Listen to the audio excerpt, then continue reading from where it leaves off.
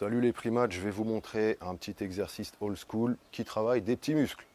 Avant-bras, fléchisseur du carpe, des doigts, les mollets et trapèze section haute. Donc c'est un mouvement que vous pouvez intégrer dans un complexe et c'est à faire en cheat move en fait. Je vais vous montrer ça en mode cheat move pour pouvoir bosser en dégressif.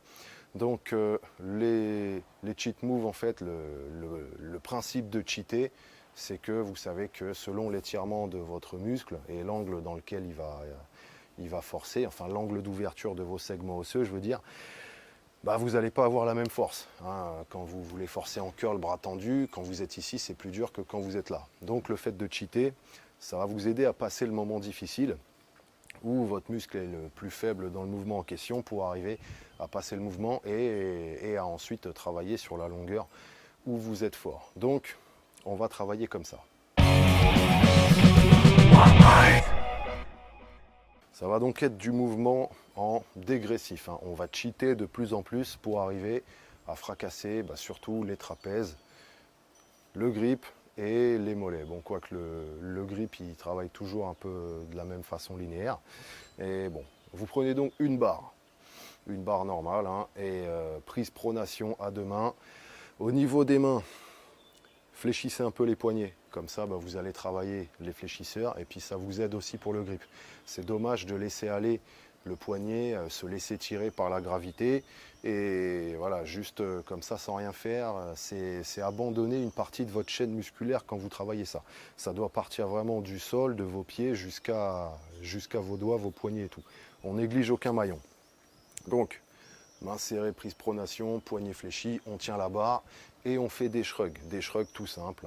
Donc là, on a le grip et les trapèzes qui travaillent. Une fois que vous y arrivez plus, c'est là où on va commencer à cheater le truc. On commence à faire de l'extension mollet. Donc les mollets travaillent et ils vont bien travailler. Et en plus de ça, ça va vous aider à mettre l'impulsion pour passer le moment difficile avec vos trapèzes et à pouvoir continuer à shrugger. Tout simplement.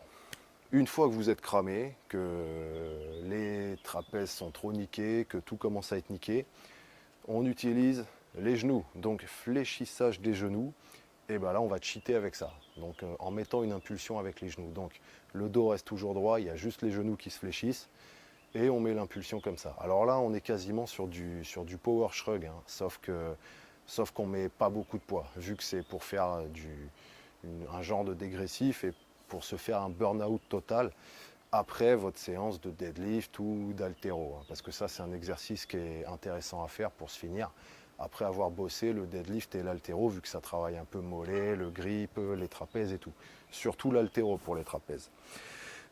Donc voilà, c'est en mode power shrug. Vous finissez avec les extensions de genoux, les mollets, ça va vous aider aussi pour les mollets à commencer votre extension. Et après ça, normalement, vous aurez bien bossé avec ce bon mouvement de primate, que vous avez besoin juste d'une barre, d'un slip et c'est parti. Et un sol pour jeter la barre après parce que c'est ça qui est fun aussi.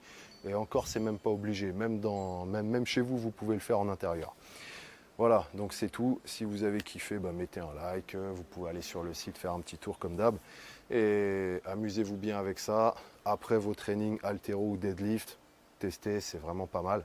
Je vous dis à plus. Force and fun. Bye.